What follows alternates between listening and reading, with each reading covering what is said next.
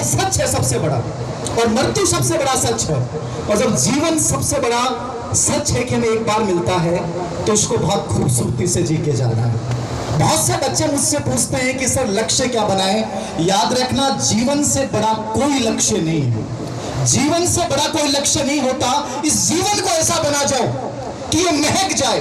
तुम्हारा जीवन एक कहानी होनी चाहिए, याद रखना, और कहानी ऐसी होनी चाहिए कि हर कोई पढ़ने के लिए आतुर हो जाए। इसका मतलब हमारा वास्तव में जीवन है। मैं बच्चों को बोलता हूं, ये जो तुम्हारा रिपोर्ट कार्ड है जिसके लिए तुम्हें आज सम्मानित किया जा रहा है, याद रखना ये अंतिम सत्य नहीं है। इससे आगे यदि कोई शुरुआत होती है तो वो तुम हो।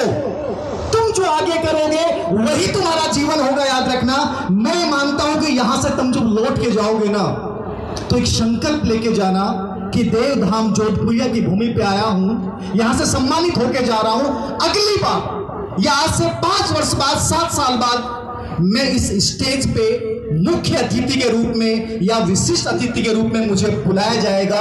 यही याद रखना रिपोर्ट कार्ड के आगे की कहानी है।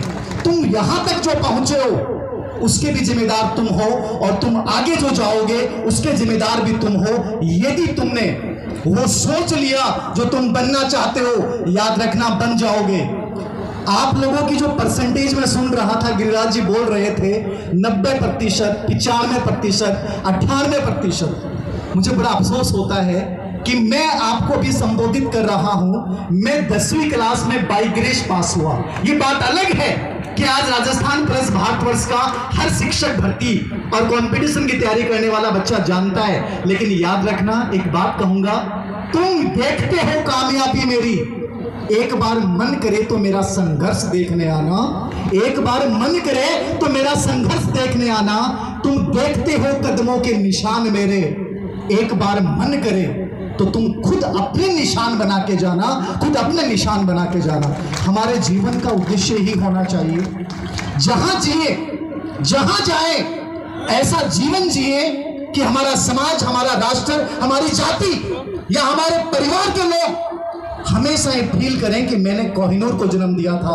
और ये कोहिनूर जन्म से पैदा नहीं होते हैं, इनको बनाना पड़ता है, और कोई नहीं बनाता है। तुम्हें खुद को, अपने आप को बनाना पड़ेगा। याद रखना, खुद को ही बनाना है। तुम बिगड़ना चाहो तो बिगड़ जाओगे, बनाना है तो बन जाओगे। ये पूरी कहानी सिर्फ और सिर्फ तुम्हारी है। याद रखना, ये समाज, ये राष्ट्र, ये देश उसे ही याद रखता है जो अपनी कहानी खुद लिखते हैं।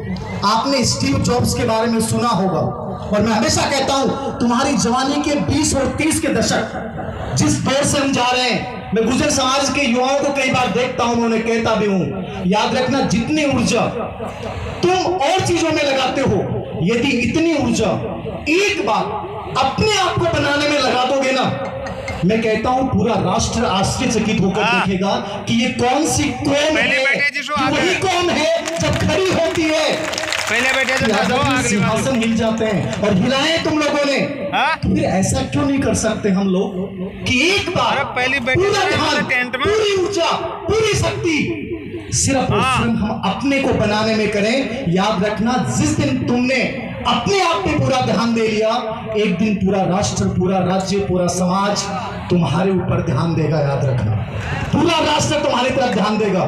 2-3 बातें कहना चाहूंगा।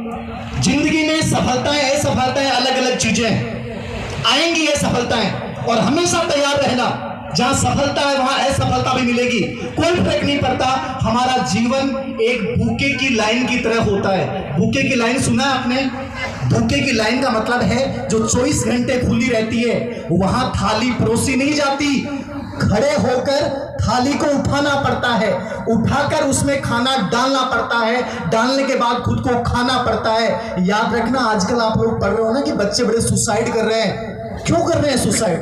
परोस से ही थाली जब मिलेगी ना तो आदमी कमजोर बनता है। मैं चाहता हूं कि तुम हर चीज को छीनना सीखो, हासिल करना सीखो।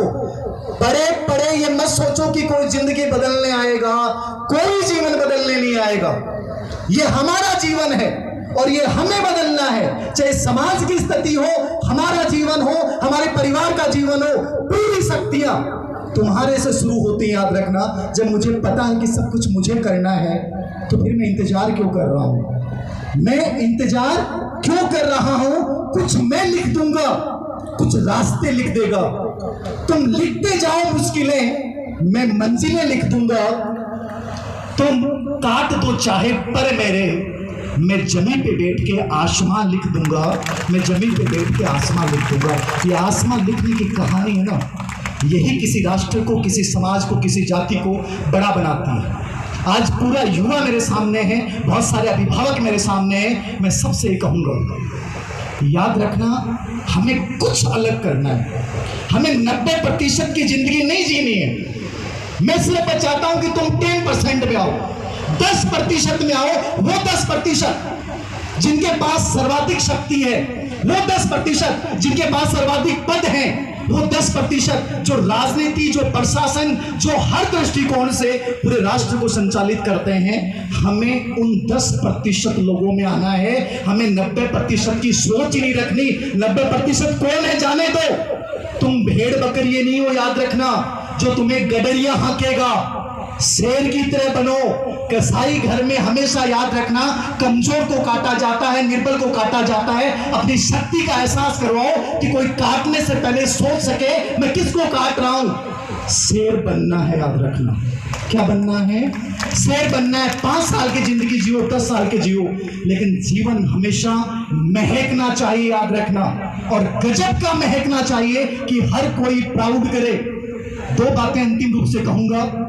एक तो अपने जीवन की वैल्यू बढ़ा देना। वैल्यू कोई और नहीं बढ़ाता है, हमको बढ़ानी पड़ती है। 100 गुना मूल्य बढ़ा दो। आपने सुना है कभी कि एक भेड़ का बाल जब एक प्रतिभाशाली आदमी के हाथ लगता है ना, तो वो सम्राट का परिधान बन जाता है।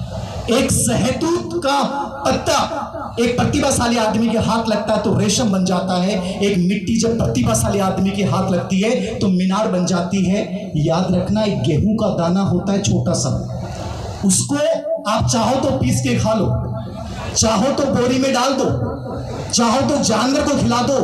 लेकिन यदि अपनी वैल्यू बढ़ानी होती है ना, वो आदमी क्या करता है, उस गेहूं को, दाने को अंधकार में डुबोता है और वो अंधकार में जाके रोपित होता है वो बीज, और वही बीज एक दिन, याद रखना, पेड़ बनता है। मैं चाहता हूं कि अपने बच्चों को संस्कार ऐसे दो कि वो बीज वृक्ष के रूप में अंधकार में जाके ऐसा जीवन जिए कि उस समय कठिनाइयां आए, असफलताएं आए, लोग ताने मारे, कोई फर्क नहीं पड़ेगा। लेकिन हम उस अंधकार से निकले और ऐसे वटवृक्ष बने कि पूरी दुनिया देखे कि वास्तव में ये वही बीज है जो कोई समय अपनी कमजोरी, अपनी गरीबी, अपनी परिस्थितियों से हार मान रहा था, लेकिन आज प्रफुल्लित हो रहा है। मेरा समाज कोई बहुत इकोनॉमिकली स्ट्रांग नहीं हो, तुम लोग शिक्षा में तुम लोग बहुत पिछड़े हो, लेकिन जब अब समय आ गया ना, तो अब हुंकार भरो। याद रखना, बहुत जगह तुमने खर्चा किया है। मैं कहता हूं एक बार शिक्षा में अपने बच्चों को वो सपने दिखाओ जो आज तक किसी ने नहीं देखे। सपने सच होते हैं, याद रखना, जो देखोगे वो सच होगा। एक अंतिम बात, छोटी सी बोतल थी पानी, ये पानी की बोतल है, याद रखना।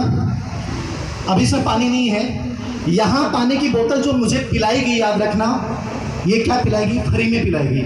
पैसा नहीं लिया इन्होंने, कोई पैसा नहीं लिया। यही बोतल, याद रखना, तुम बाहर पियोगे, दुकान से लोगे, ये 15 रुपए की मिलेगी। कितने रुपए की मिलेगी?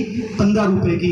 यही दुकान, यही बोतल तुम एक अच्छे रेस्टोरेंट में जाओगे, ये 30 रुपए की मिलेगी। कितने की मिलेगी? 30 रुपए की मिलेगी। यही बोतल तुम ताज होटल में पीने जाओगे, सेम पानी, तुमसे वो 500 रुपए लेगा और तुम दोगे, याद रखना। समझ रहे हो इसका मतलब क्या है? समझ रहे हो वैल्यू किसकी है? वैल्यू है पद और स्थिति की। यदि तुम्हारी पद स्थिति गजब की है तो 10 रुपए का चाहे सामान हो, वो लोग 1000 में खरीदेंगे। और तुम्हारी यदि वैल्यू नहीं है, तुम बहुत सोशल हो, बहुत लोगों के काम आते हो, लेकिन जब तुम्हारी कोई पहचान नहीं है ना, तो तुम्हें फेंक दिया जाएगा इस बोतल की तरह। याद रखना, फेंक दिया जाएगा इस बोतल की तरह। अपनी वैल्यू बनाएं, अपनी आइडेंटिटी बनाएं, अपने राष्ट्र और समाज के लिए जिए। याद रखना, पूरा देश, पूरा समाज, पूरा कुनबा याद रखेगा। बोलने को बहुत कुछ है, मन करता है बोलता जाऊं, लेकिन बहुत सारी लिस्ट है, बहुत बड़ा समय है यहाँ पे, इसलिए ज्यादा समय नहीं लूंगा। अंतिम रूप से अंतिम शब्दों के साथ अपनी बात को समाप्त करूंगा। आओ मिलकर बैठे, भूले आपसी मतभेदों को, ये सारा समाज हमारा है, आमंत्रण दे गुलजारों को। एक दूसरे के गुजर और राष्ट्र भारतीय होने पे गर्व करो, हम शामिल करें अनजानों को, साथ साथ बैठकर अरदास करें भगवान श्री देवनारायण जी के चरणों को। बस इसी प्यार की भाषा से हम हर खाई को भर देंगे, इस आग उगलते मौसम का माहौल बदल के रख देंगे, माहौल बदल के रख देंगे। बहुत बहुत अभिनंदन, बहुत बहुत स्वागत, और सभी बच्चों को बहुत सारी शुभकामनाएं कि तुम एक दिन सितारे बन के चमको, कि हमें प्राउड फील हो कि देवधाम जोधपुरिया से निकले गए बच्चे आज राष्ट्र के अलग अलग डिपार्टमेंट में अलग अलग पदों को सुघोषित कर रहे हैं। बहुत बहुत शुभकामनाएं। मुझे बुलाया, इस पूरे ट्रस्ट को मेरी तरफ से बहुत बहुत धन्यवाद। Thank you very much. बहुत